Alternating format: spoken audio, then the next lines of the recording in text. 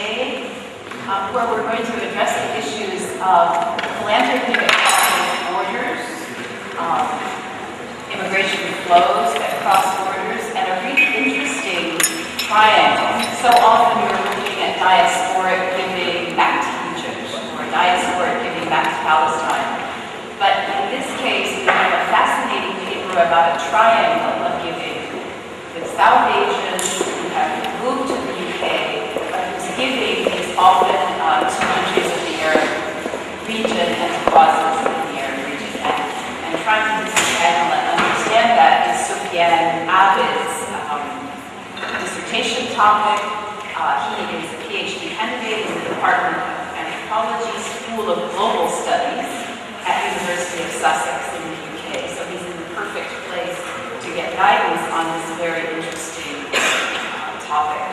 Before that, his education was in Pakistan. He's worked for Save the Children. He's been taught in women's college and has had a number of philanthropic experiences himself in which to ground his work. There's only one paper giver this morning, but it could have been 3 papers because Sufyan is going to tackle this from a number of really interesting angles. So I don't want to take any more time away from him. I turn the floor over. Thank you very much. It's a pleasure to be here. Thank you for the chance. The title is really long, as you mentioned, but it's actually because there are so many actors that I'm going to talk about, so that makes the title long. So it's before I start with the background of Birmingham, why I did my studies here.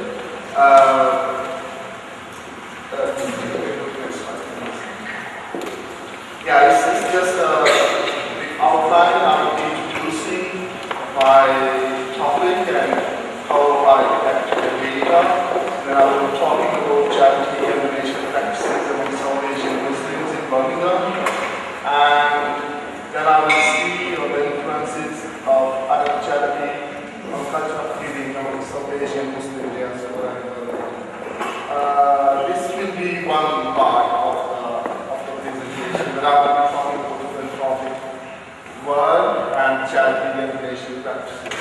And in the second part of the presentation, I will be relating this engagement with the youth and social activists in Birmingham and their activities, how they show solidarity with Arab Spring as doing the politics at distance. And then I will be talking about some elements of vision and fusion within diaspora in Birmingham, how they were defining Arab Spring and how different groups and different parties were trying to explain their own, according to their own understandings. And then the last part will be about poetry, politics, and public expressions, how people, what language people used to co-opt or to own Arab Spring in Birmingham, and how poetry became an instrumental tool for people to explain what they are doing. Next slide, please. Thank you very much. So this is actually Muslim philanthropy and civic engagement in Birmingham. I was talking about Birmingham because the city makes the study relevant. People, the Muslim population, they migrated to the early 50s and more mainly in 60s. This is the biggest city with respect to Muslim population in Western Europe. 26% of city's population is ethnic minorities, and out of that 26%, around 75% of that 26% ethnic minorities are Muslims. And people came in Birmingham with just £5 in their pockets, as it was the law that day. But some of them are now millionaires, and banks of Birmingham were always turning out them so that they can have their accounts in that. And then there is a network of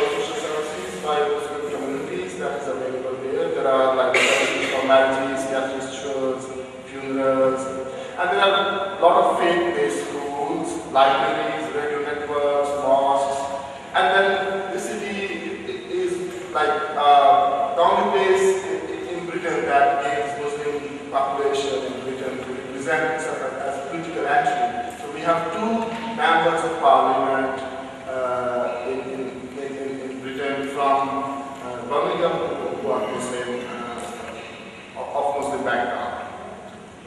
So this is where I did my program. It's not the whole city I'm talking about. There are 4 or 5 neighborhoods where I did my fieldwork. And those 4 or 5 neighborhoods in south and east of Birmingham, they are predominantly Muslim diaspora. And this Muslim diaspora is very diverse. The Pakistanis, Indian, Bangladeshi, Somalis, Turks, and then Arabs from different parts of the Middle East, and then white British Muslims and converts. The culture of caring, South Asian Muslims. When I say South Asian Muslims, predominantly they are Pakistanis, Bangladeshis, and Indians. But most of them comes from Kashmir. Some from Indian Kashmir, and most of them are from Pakistani Kashmir. So they came as a result of a massive dam project that started in Pakistan, Kashmir. Thousands of people migrated to different parts of the world. They came here. And then a chain of family migration started. Now, in 50s and 60s, the idea of doing charity was simple. It was all male migration in the start. So they started giving money back to their families, and as the income grew, they started giving money not only to families, but also to relatives. And once their families joined them in Birmingham, then their income, as the income grew and families are in Birmingham, so they started doing charity and philanthropic activities into the places where they were maybe with respect to their caste, relationships, geographical bounds, or let's say religious ties. So the family members distribute money, the charity money to various groups of people with whom they are linked. And then in South Asia there is unequal caste relationships. So giving money to the people who are from so-called lower caste is a common practice of everyday life, even these days. So as one of my respondents said that our parents used to take money for charity and philanthropic purpose because they had a sense of guilt that they have left their impoverished community back in their country and now they are enjoying life in Europe. However, we, the young people, we give money and donation because we think it is our responsibility toward the people who are poor. Now the other situation is Arab charities in Birmingham. This term Arab charity doesn't mean that the charities of pure Arab origin, but it started, most of the charities in the 80s, they were started by, the initiative was taken by Arab immigrants, Arab Muslim immigrants in Birmingham. So they started this network of charities. And Arab and Muslim charities are synonymous. Most of the employees, volunteers, and workers in Arab charities are Bangladeshi, Pakistani, Indian, Iranian immigrants. But predominantly the administration are the people who are pioneered with their Arabs. So usually it's because there is a huge network of charities in Bangladesh. These charities are big and they are well established. In the words of other charities were small, but now as Arab charities. So I'm taking this term from the people who label these charities as Arab charities. The best example is Islamic that started from Birmingham. And it was started by just half a dozen of students, Arab students, who were at the University of Birmingham doing their masters and PhDs, and they just decided to do something for the good of people. So they started collecting money while they were running in buses, going to mosques, going to neighborhoods, knocking at the doors. And now Islamic Relief is one of the international organizations that's working in more than 30 countries. Dr. Khalid Banna, an Egyptian Muslim, started Islamic Relief now given Royal Award by the British government. So Islamic belief soon became very popular among Birmingham Muslims, and now there are dozens of other charities mainly started by Arabs, and now they are partly run by South Asian Muslims. I was doing this. This research that I'm presenting was not part of my plan while I decided to do my research in Birmingham. I did ethnographic PhD fieldwork in Birmingham, and I started it in October 2010. My PhD was about philanthropy, Muslim philanthropy in Birmingham, the successful lives of Muslim entrepreneurs, their economic practices, and their responses to charity and donation. So this ethnographic fieldwork I did through participant observation, in-depth interviews, collecting case studies, life histories, and this present research paper was things happened due to circumstances beyond my control, and I could observe all this information that I'm going to share. Can we have this slide?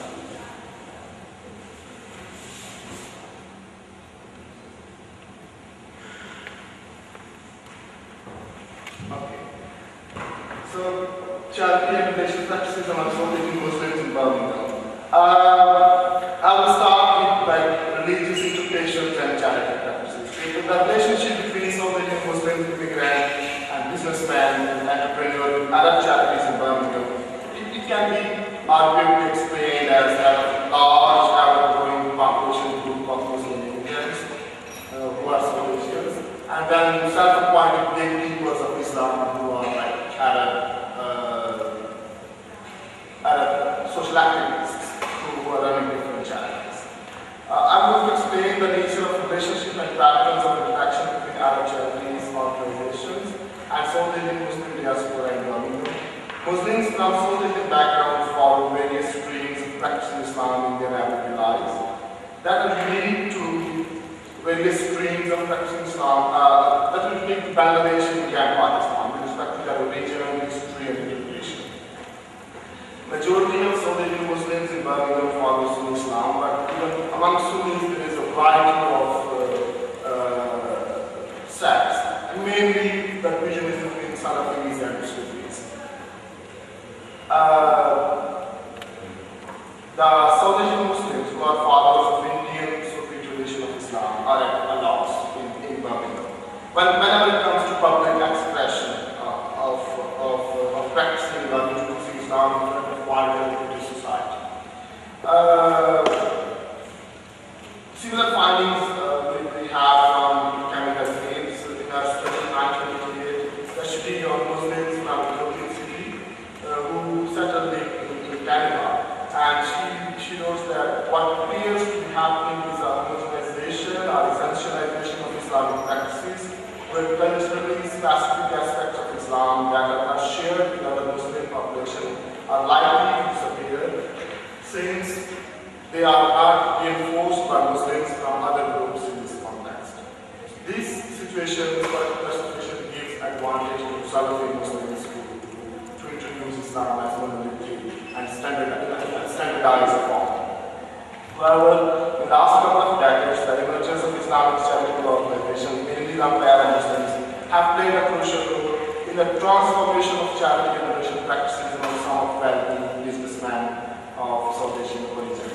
This transformation is observable among those South Asian Muslims who have traveled to the Middle East for any reason, or who are linked with economic, social, and political networks of immigrant Muslims.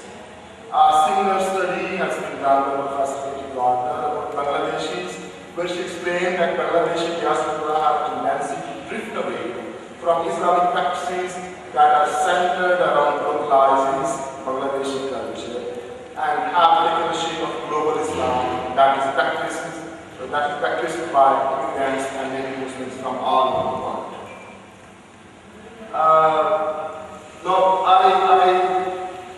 The culture of giving is already there among South Asian communities, and I would like to say it as a transnational or transcendental giving. And while because I was Kashmiri respondent of Kashmiri origin, and he said this, that I have been doing business with my Lebanese partner for the last 6 years. He is not only my business partner, but we are good friends too. Through him, I came to know Palestinian refugees and children who are suffering due to some unfavorable circumstances. And as a Muslim, I don't bother which part of the world my money is going, as long as it is helping Muslim Ummah in a way or another. I'm sending my annual vow for Palestinian refugees and children in Lebanon. I am satisfied because the business partner makes it sure that my money goes to these other people, and I trust them. You see, here at Birmingham, government can take care of people in need and in other parts of the world. But in other parts of the world, systems are not so great. It is duty of every Muslim to help other Muslims who are suffering. Some of my relatives and money back to Pakistan for charity, but I am not socially very active. Besides, it really doesn't matter where my zakat money is going. Allah has a reward for charity wherever we go. So these were the expressions of one of the small businessmen who is doing this transnational charity. But this is a new trend because the idea of charity in so many countries, like I come from Pakistan, was born and brought it here. So it is very cost-based and neighborhood-based and primary-based practice. It's not like with the, for example, in Pakistan, people who want to give charity to other ethnicities or other parts, they are not related that much. Usually the tendency is that they will do charity in relation to people whom they know personally. So what this comment said is a story of one person who is doing transnational charity to personal protection and social causes. However, at collective levels, the charity and relational practices of Muslims of South Asian origin in general, transnational charitable activities are common practice. A direct result of the emergence and growth of Arab Charities organization in Birmingham over the period of last 20 to 30 years. The most interesting aspect of working of Islamic relief in Birmingham is its nature of relationship with influential and affluent Muslim businessmen and entrepreneurs of South Asian origin. Certain projects of Islamic relief in Middle East are sponsored by donors from Muslims of South Asian origin. During an interview with one of the directors at Islamic Relief, British Pakistan, who is now director, he told me that the general perception is that it's always the Arab, particularly from Saudi Arabia and Gulf countries, that is going to South Asian countries for the purpose of charitable work. However, what we have been doing and what we are doing proves that this perception is just one side of the picture now. Now we have donors who are Muslims of South Asian origin in and who are contributing significantly in the development and charity work of Arab world and in African countries through their financial supervision. This is the other side of the picture of Muslim charity and relation practices of modern times. But the common perception in South Asian countries is that Arab money is like controlling the networks of mosques and madrasas in various parts of Pakistan and southern India, where people have done some research about it. But while people have this transnational experience of immigration and then they have developed a sense of identity and belongingness, so this case is no more like it has been changed, and also Asian Muslims are giving money to different Arab charities. I attended one of the charity functions, and predominantly the participants, around 2,000 people attended that. It was a massive event in the City Hall of Birmingham, So there were Arab, British and Canadian Arab and Irish Arab organizers of the event. And this one event successfully generated more than 70,000 British pounds, and majority of the donors were young boys and girls from different South Asian backgrounds.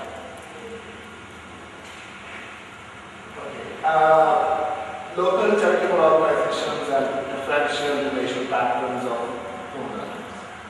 It's not that it's just the Arab charities who are going to change the whole charitable pattern within South Asian diaspora. It's not that simple.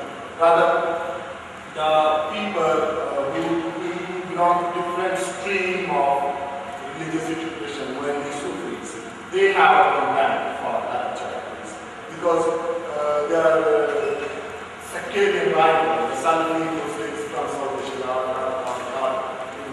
are joining Arab charities easily because it suits them. But for Sufis, Arab charities are trapped to their charitable practices and their religious practices are their identity, religious identity as Sufi Muslims. So they have developed network, alternative networks of charity, and their philanthropy is very targeted. They have networks of universities, hospitals, and other social services. At the place where they have main shrine, like there is a caliph or a guardian of shrine in Birmingham and shrine in India or Pakistan. So around that shrine or around that civic valley, they have this network of different social services. So they're doing this transnational charity, but the idea of transnational charity is differential. It is not class-oriented, it is not targeting the whole global Muslim demand, but it is targeting a specific population who is related to that Sufi order and who are like in a direct relationship with the same activity.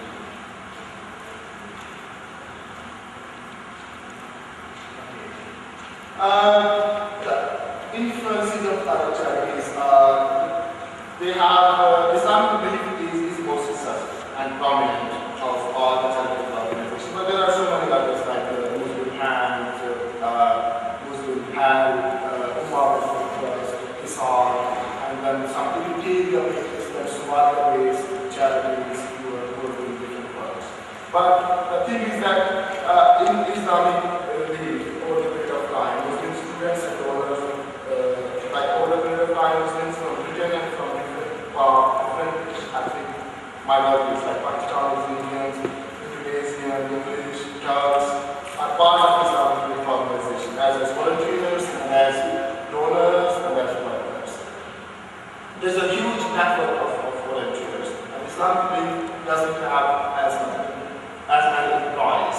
They have volunteers who work for them. Most interesting aspect of working with Islamic belief is the nature of relationship with Russian and African Muslim businessmen and entrepreneurs of South Asian origin. Now, traditional charity and network practices of South Asian Muslims in Birmingham are like centered around shrine, but the idea is that we are in Birmingham with a new idea of relating to each other. So, like it's considered as traditional and old-fashioned ceremony like family, especially on second or third generation. Their practice of sending money back home is more customary, and Islamic belief has played a very instrumental role in changing the charity practices. But this part of our presentation explains that how charity networks have developed a relationship among various ethnic groups of Muslims in Birmingham. It is like they have developed social relationships, and there are gatherings and charity dinners which helps them to relate themselves to each other. The second part of the presentation is a political aspect of this civic engagement, and that is how people do politics at this level and so gathering as my argument is that Muslim diaspora in certain neighborhoods in Birmingham, particularly who have developed shared feelings of public expression and identity that is not only transnational but also transcendental. The idea of diaspora is carried from Martin's work mobilizing to transnational space, a social movement approach to the formation of diaspora. And the writer argues that diaspora is not diaspora until there is a critical event. And then there are two case studies, like the case of Kashmiris. They were living in Birmingham and various parts of the world from the 60s, but they were not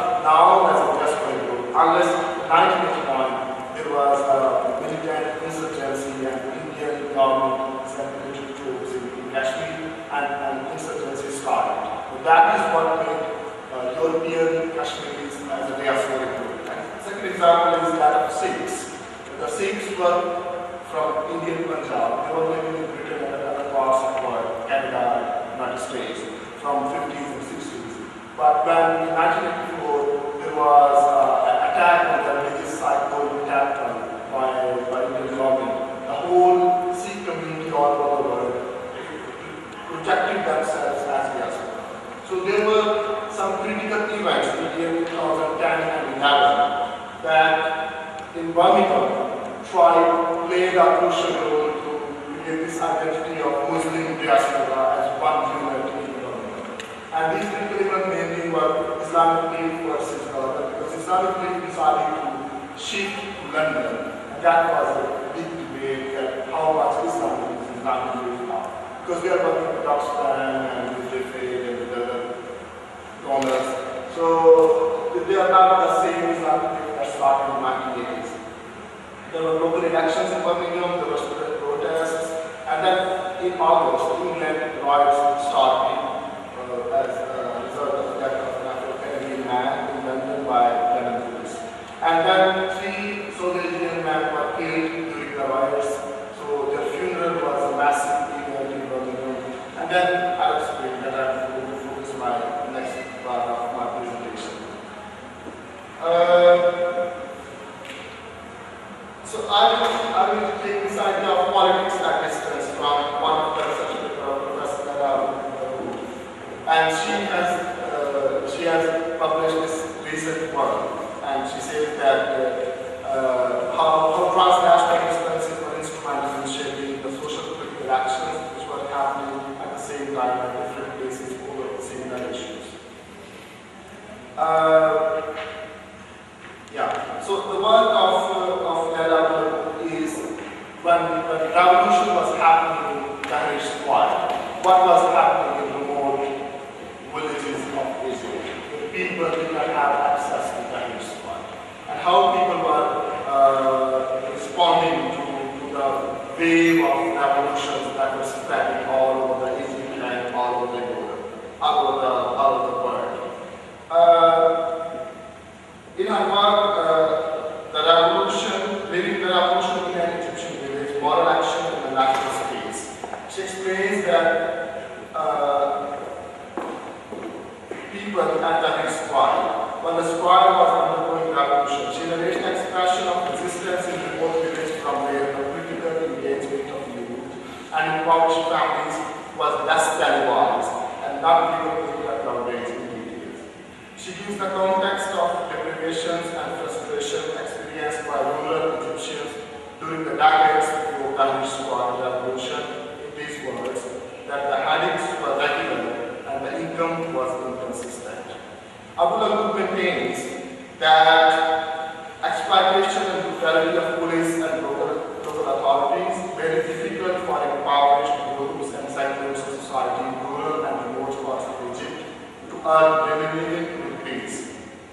But after the collapse of authority due to Tahrir Square revolution, the youth in those areas showed immediate sense of responsibility by forming a semi-government council of people and protecting communities and properties by providing different sources.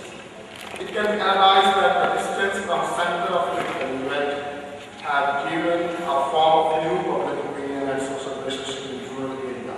The politics at distance not only get influenced by national and international events, but also negotiates with the nature and trend of political events at national and international levels. As Gerhart explains, that distance matters and it shapes a different form of political protest.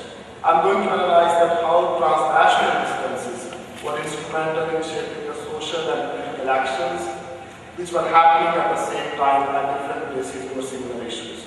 The rural youth in remote Egypt were less effective with social and international media as compared to people at Tahrir Square. The youth and activists in Birmingham, on the contrary, were highly and in some ways totally dependent on social and international media for networking and planning for political actions. However, Muslim activists in Birmingham were reflecting and venting their local deprivation and frustration that Muslim immigrants experience in everyday life through showing solidarity with Arab Spring.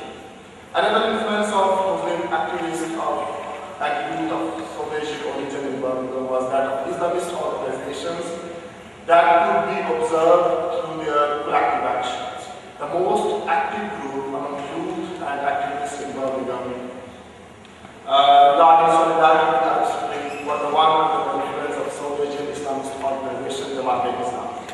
So So it's not only the charities who are influencing the patterns of civic engagement, but also the idea that Jamaat Islami has strong presence among South Asian diaspora in Birmingham, and that Jamaat Islami has similar political ideals that are Muslim Brotherhood, and these ideals are quite interchangeable. These activists and youth are mostly belonging to second or third generation immigrants, and unlike their parents, were closely connected with Muslim youth from nationalities and ethnicities other than South Asian and their place of origin. Now, there are several events that I have recorded, and I think if I don't go into the details of that ethnographic data, but there are dozens of functions and events happening in Birmingham.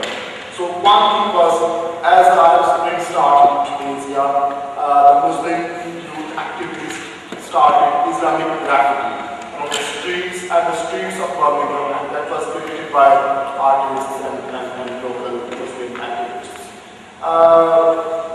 And then there was another massive event where it was a celebration for the conversion of Islam to the sister-in-law of ex-Prime Minister of Britain, Lauren, and it was done by Palestinian refugees groups in Birmingham, and it was organized and attended by mainly South Asian Muslim youth and social activists. So I was a part of that event, and the Arab Palestinian movement is talking about the brutalities of Israeli occupation. So one of the participants, British and non-Muslim, raised some critical questions about rocket attacks on Israeli villages from Gaza Strip. Soon after she finished her questions and comments, I could see dozens of young men and women in their 20s and 30s, mainly of South Asian villages, and raised their hands, and they were eager to reply to that movement. A teacher whom I taught, and he said that I feel really happy and proud when I see young men from different Muslim nationalities are showing reflective and similar response. Then a similar thing I experienced was the funeral of 3 South Asian Muslim men who died during the riots, and the England riots became a critical point for asserting the identity that post 9/11 identity of Muslim youth and Indian riots, that they were potential terrorists. And the riots were started by Afro-Caribbean, mainly by Afro-Caribbean communities, so that was a chance for Muslim youth and activists to protect themselves as nice guys. As Sarah has talked in our presentation the first day, that the activists of the Sarah were part of cleaning. So while the riots were happening, the Muslim youth and social activists, they were in the streets of Birmingham in those rights stadiums to present them as good guys, defenders of private property, and as people who want peace and prosperity in Britain, and not the destruction. Another thing that I could experience was like, I will go to the.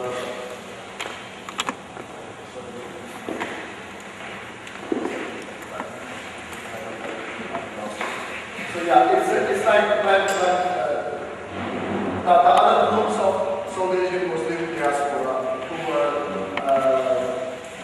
reflecting their interpretation with Arab Spring. Thank you. Yes. The Imam of Central Mosque of Birmingham was giving a lecture to youth and rich businessmen, and saying that I'm coming back from Saudi Arabia, and I have a massive opportunity of Saudi Arabia for you. That is, okay, we are happy that what people are doing in the streets, but we need to make it sure that they don't detract from the principles of Islam. So this was something in the mosque became a debatable issue. There were 2 groups of people who were saying that, well, why should we show our loyalty to the kings of Saudi Arabia? Why not the people that publish why? So these things were quite debatable and contested issues.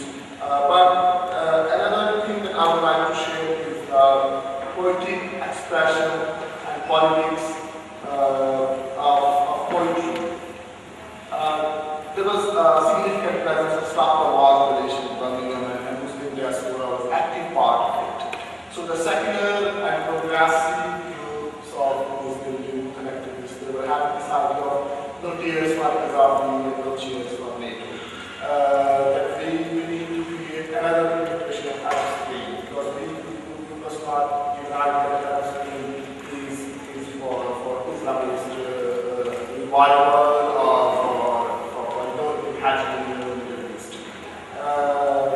And then the poetry became a part of Arabic debate.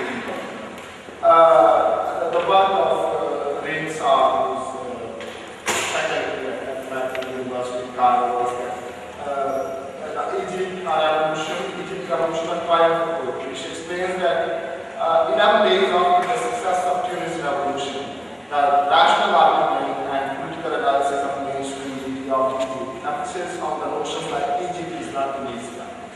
But activists were talking about rains through poetry over a result of poetic optimism and invoking capacities. Poetry prevailed over rationality at that. So, poetry became a powerful tool in Birmingham for disseminating the tangible famous piece of poetry regarding solidarity with Irish while mass mobilization and Islamist groups, among Islamist groups and other secular groups who were showing solidarity with Irish while. There were like contesting pieces of poetry that coming through social media and through everyday debate. Poetry is already a part of everyday life of South Asian communities. Their expression, poetic expressions are common in everyday life. So it became a very important event. But on the other hand, the other group of youth who were not showing solidarity, not labeling Arab Spring as Islamic revival, they were referring to various poets who were explaining Arab Spring as a movement for human rights and democracy and rule of law. But I will share a couple of examples here, and this is the last slide, so I'm sorry to take time. It's a translation poetry, but translation never justifies the real mass poetry. But it's like a common passage on Jamaat Islami activists or Islamic Society activists was that Arab Spring is the descendant of Moses, the Israeli statement was the descendants of Pharaoh going through revolution. In Urdu it was Al Musa against the Caliph means that the Arab Spring is a threat to Israel. The Arab Spring is going to be a warning for Israel.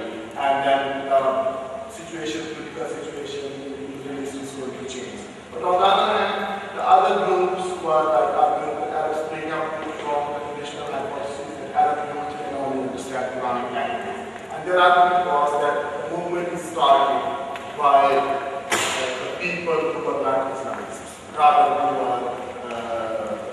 secular, democratic people who started this whole movement. Yesterday, as one of our colleagues presented the paper and saying that in Tunisia, youth could not get reward after the revolution while they were active during the revolution. But I will argue that in Birmingham things were different. In recent local elections, 2 Muslim young girls of age 21 or 22 were elected as councillor for City Council. And then in Bradford, when Judge Barlow won the election, he said this is Bradford Spring, because he contested a by-election and he won the seat that was traditionally from last 40 years a seat of Labour Party. So at that I will conclude that Arab Spring have generated a new form of engagement among diaspora communities of Muslims of South Asian region in Birmingham. And the researcher builds on that the concept of plurality and multiplicity of Islamic practices in different religious societies in various forms and shapes, and argues that interaction on a day-to-day basis between Muslim Arabs and South Asian groups and individuals have developed an interaction of flow of money through charitable activities. And I would also say that at the same time, it can be argued that non-Arab activities and philanthropists are not a passive recipient of engaging in Arab Spring and charitable activities, which is evident through the descent over various opinions of collective action of social, political, and religious significance in their Arab counterparts. Thank you very much.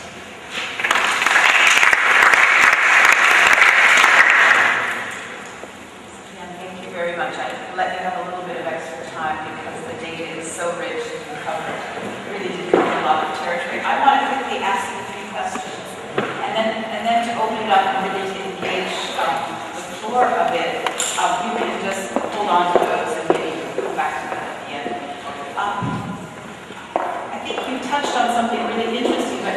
brought it out as a way to organize all of this material, which I think is going to be your next step, obviously. And I wonder if it is to take a generational lens on this and to see, just as you have a very special nature in the Arab world right now and are doing things their parents never dreamed of doing, if that is at least a partial explanation for why the response currently, not just to charitable giving, but to politics and culture is the way it is in Birmingham.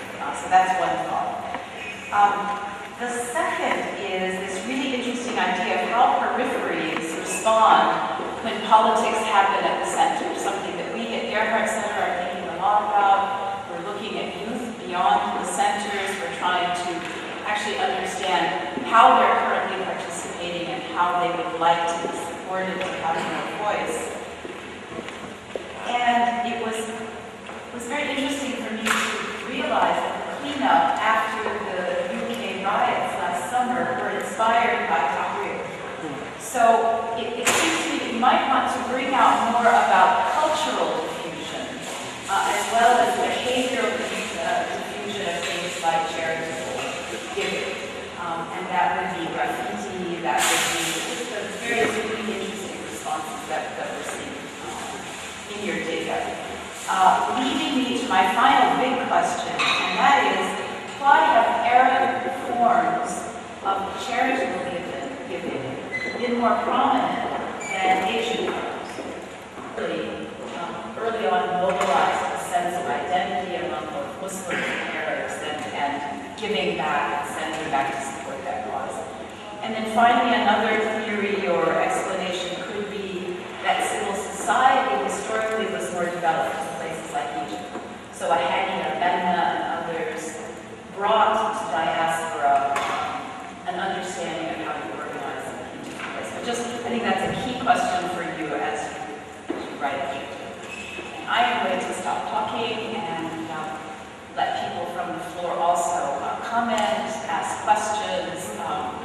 It ties to several interesting things that came up yesterday when we heard about both Tunisians and Egyptians responding to the Libyan needs for humanitarian assistance.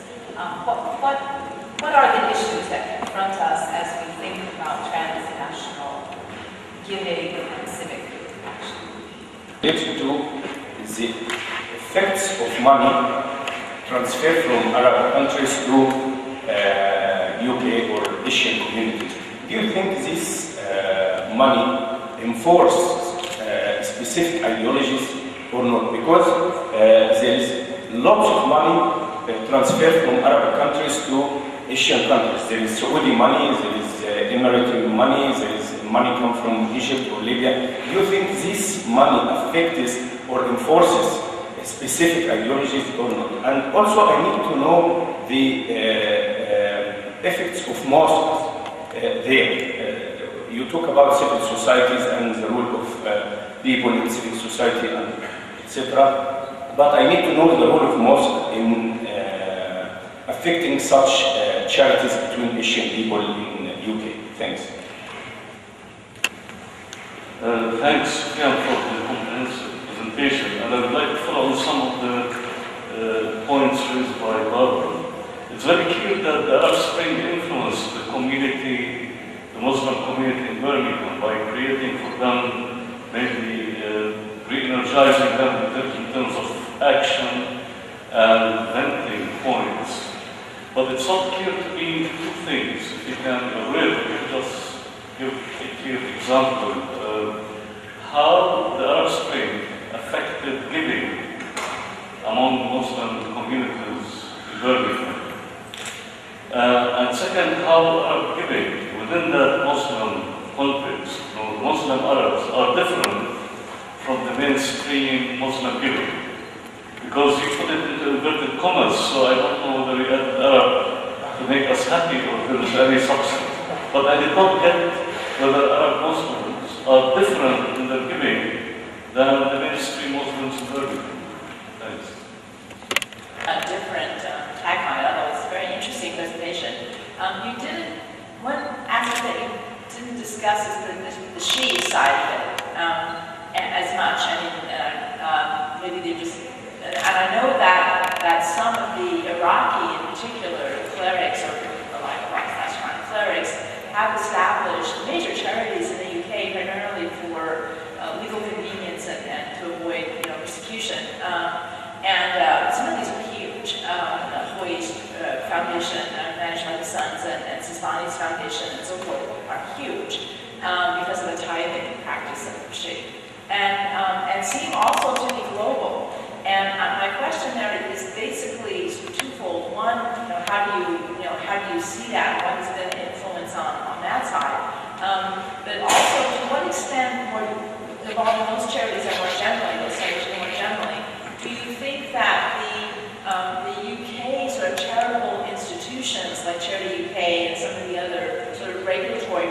practices have fed over at all onto the Islamic side.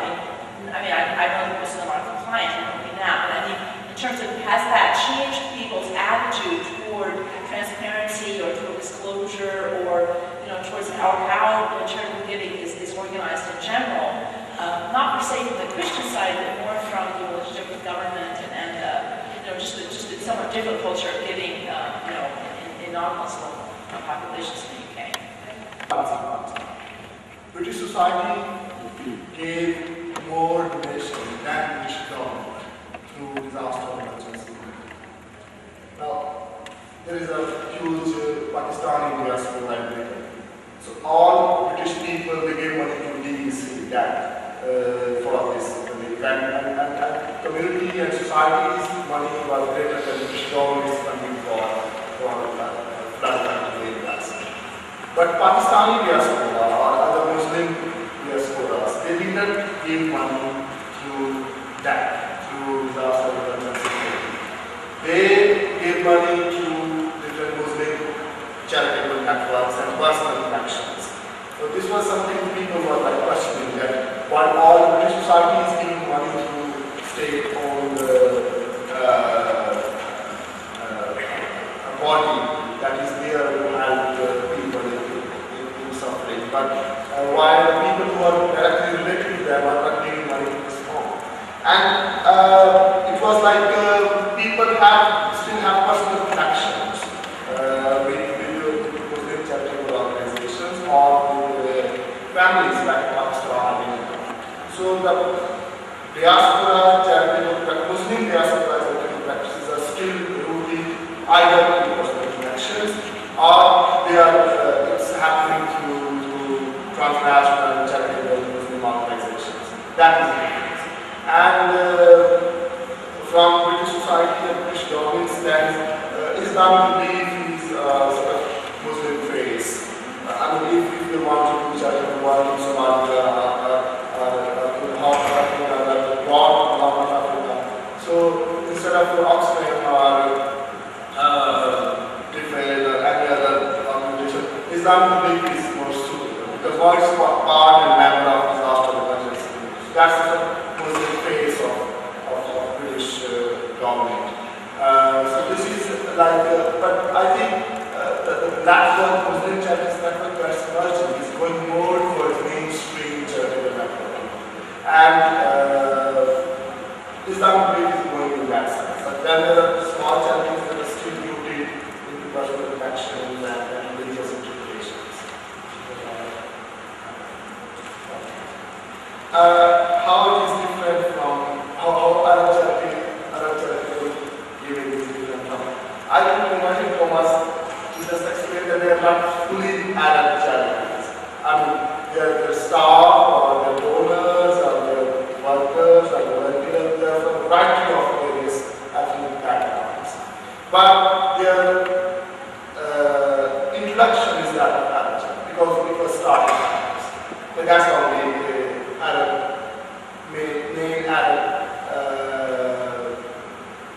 introduction of those charities, that it was started by Arab people, as Gerhart said, that it was responsible society that develop that.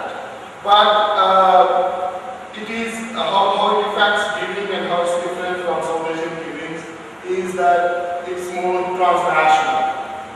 But mainstream South Asian giving is still because majority of the people in Birmingham, they practice Sufi Islam. So their giving is more towards shrine and personal connections. While the Arab charitable givings and the Arab charitable organizations are having side of classical.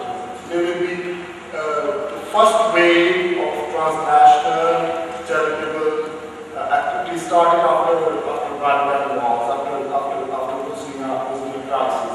And Islamic belief could build on that, and they mobilized the whole Muslim diaspora in Britain to give money for Bosnia. And then all communities, whether in Bangladesh or African Muslims or Pakistanis, they gave money for Bosnian Muslims through Arab charity. So it's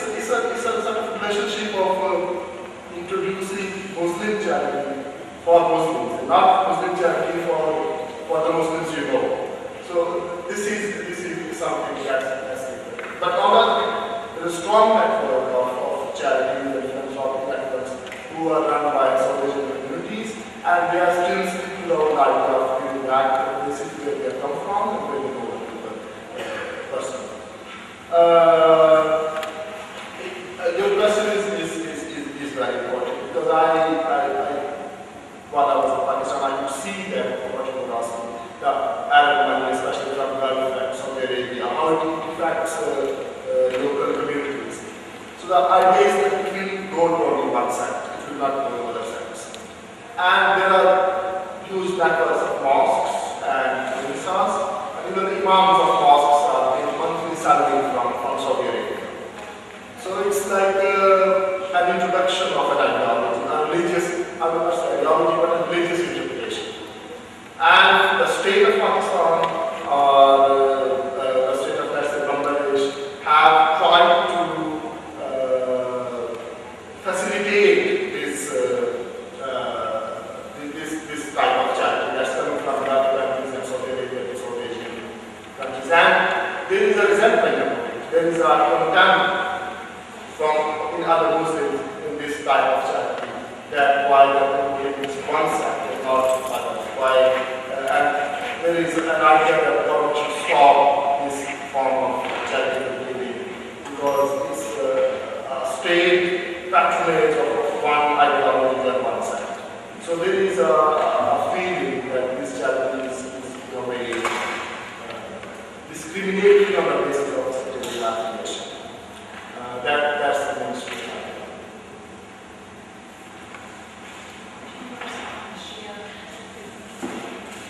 Yes, but I'm sorry, I asked this question about the Shia's presence in Islam. One of the finance directors is Irish, Egyptian British. So he told me that, well, we work in all those countries and there is no difference between Sunnis and Shiites. But Iran already has a wonderful network of charitable giving, so we don't need to go. Iran already have a sort of charity networks which were quite effective. But if there will be a need, then definitely we will do it. And then I asked the question of why I don't see Shiites stop in Muslim charitable organizations that are working in the country in Nigeria. And he even said, simple as there is a small number of Shiite diaspora, so they don't come to join us. They have their own networks. But I could see and observe that the Shiite charitable networks are working in isolation. I mean, other charitable networks are connected, and there is a link between different charities on different various charity dinners. I could see them together. But I could not, in one video, I could not find any common ground where the both charitable networks are working together for something. It's like a sort of charitable different dimensions of different worlds. Yeah, okay. We want to continue this thread,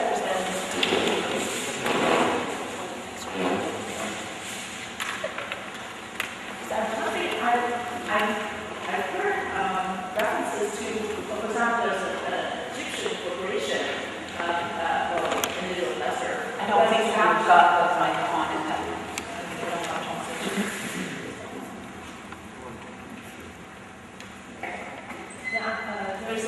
There's an Egyptian investor, for example, who has established a law in the UK for legal reasons. It's really designed to try to go back to Egypt, but because of the restrictions here, can't establish it. So it's established, I don't know, Ibrahim or one of those, Jersey or something. And I'm wondering, in the U.S. there is an active Islamic rock movement relying on the charitable foundation and endowment kind of rules. And I'm wondering, is that happening? Are people using the UK institutions? You see that more generally, either people that live in the UK or other communities, international Muslim community, establishing Al-Qaf or other types of endowments and other types of permanent structures in the UK. Muslim diaspora establishing permanent endowments? Yeah, or Muslims in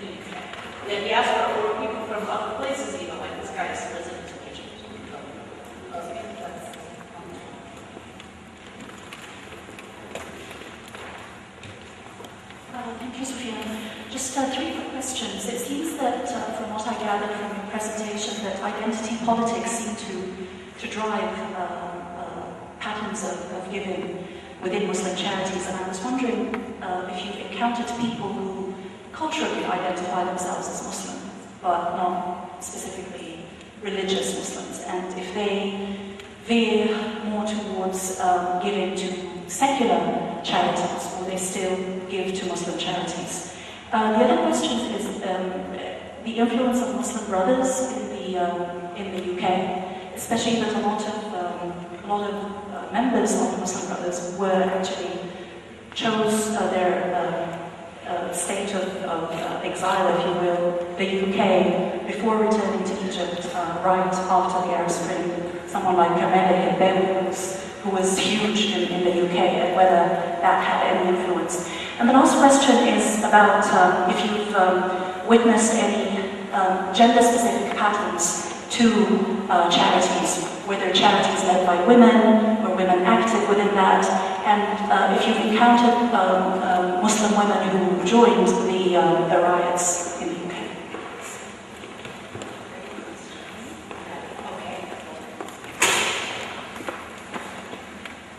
First of all, I'd like to say that was a really great presentation on a very interesting topic. Well, for my question, it's not, I wouldn't say it's really as complicated as all the other questions. Like you mentioned before, that Arab charities are usually run by Arabs and Muslims, but the staff that works aren't specifically Arabs or Muslims, but come from different cultures, or even from Birmingham, like originally English themselves. Are the Arab charities only made to help Arabs? And if the answer is yes, then doesn't that isolate the Arab minorities themselves, making it worse? Thank you. Shall we give you a chance? Thank you. Coming back to the question, the staff is divided up from different nationalities, and even now, organizations like Muslim Hand and exactly and non-Muslim staff, because we have developed so much that we can carry on like a faith-based organization, and the mainstream development discourse where they provide all people despite of their affiliation. Arab charities were started by us, now I have presentation that they are in a way co-opted by other Muslim communities. So there is a huge presence of people from Bangladesh, Pakistan, India, and other Muslim countries, Sudan. They are working in those charities. Yes, the Muslim women, they join private Muslim diaspora and Muslim youth particularly take a special opinion or point of view on rights, and that must be not that it is all made will happen. There are more than 30,000 people that field, and there were thousands of women who just came outside and showed solidarity, and then when it comes to cleaning the streets, I think in activist groups, Muslim activist groups, women are more in numbers, and women are like more, you can see them more in numbers than men. Yes, there is a strong link between Muslim Brotherhood in Britain and Jamaat Islami, which is Jamaat Islami is working in India, Pakistan, and Bangladesh. So, in a way, they are like similar political Islamist groups, and their cooperation or their interaction have developed this network of Islamic society in Britain that usually responds to anything that happens with respect to Muslim communities. And there is a strong network, and that has really helped them to develop structures in Birmingham, like schools and radio stations and so many other things.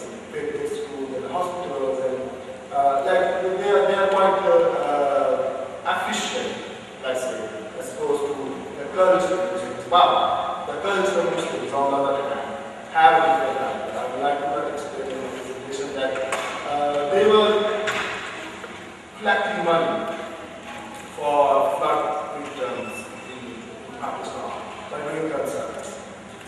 And one of my Pakistani friends organizing that, so they give money to mercy dogs, and so that they can use it in Pakistan. Their idea of generating money for charitable works was more based on the secular ideas of dignity of human being and human rights. But they couldn't mobilize the funds that mosques could mobilize. The mosque could generate a huge amount of funds, but outside mosque, it was obviously difficult to generate. I mean, you can have like a concert or like a poetry session maybe, and you can generate a few £100, but when it comes to thousands, it's the mosque that will be very helpful. Or that was actually organized by an established network. Whether there is endowment or infrastructure in Britain by Muslim diaspora. So yes, it is. I mean, it's not. I can say that the Sufis are the shrines who are building in Birmingham. They have quite well-established network of social services. So, I mean, one example is that one Sufi shrine in Birmingham, they have a huge place and all possible social services in collaboration with government. And they're working in collaboration with government for children nurseries or for funerals or for marriage services or for educating people, different religious training or whatever. But it is not with a custom-limited idea. It is with the idea of collective, communitarian idea that we belong to one place of religion, so we need to stick together. And for that, we need social services. But on the other hand, more than endowment-based work, the charitable network is more custom-limited. So their idea is that money might go to all over the world, wherever it is needed, and not on one specific place.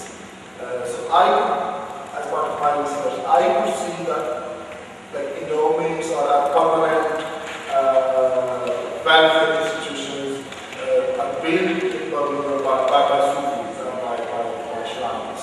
And like they are going to build a massive shrine. There's a grave, it's there, it's big already, and they're waiting for saint to die. So one saint to die, people are there, and then so they already have a huge plan for that. I think that we've used up all the available time. I want to be sure that we responded to the second half of your question, and that I understand it correctly. The target beneficiaries of most of these large, what he's calling Arab origin charities, are all over the world, wherever people are regardless, and not just in the Arab world. They're in Ethiopia, they're wherever there's need, just to be sure of that. Right, and did you respond to the question about the secular religious base of how people want to give? Is the religious dominating more over secular religions? What's happening in terms of trends among these? Religion dominates because it has established networks. All the secular groups, secular people who want to do charity, they do it when there is something going on. So they get together and they plan, but there is no organization. That is because secular people, of course, with cultural background, they are connected with each other through some political groups. Their idea of charity mobilized already active. And they a series of events for whole years that they can mobilize. But even then, they could not build those events and funds they generated into a network that can permanently have. But they were like another Islamically after Haiti earthquake, its first development project and for non-Muslims and development. So the idea was, okay, well, see, they are accessible, they live next door, and they are working with this Muslim country, and they are working there like other big organizations like say the Children, Arab Spring, or other British institutions. So why don't we do one? So first time they did it,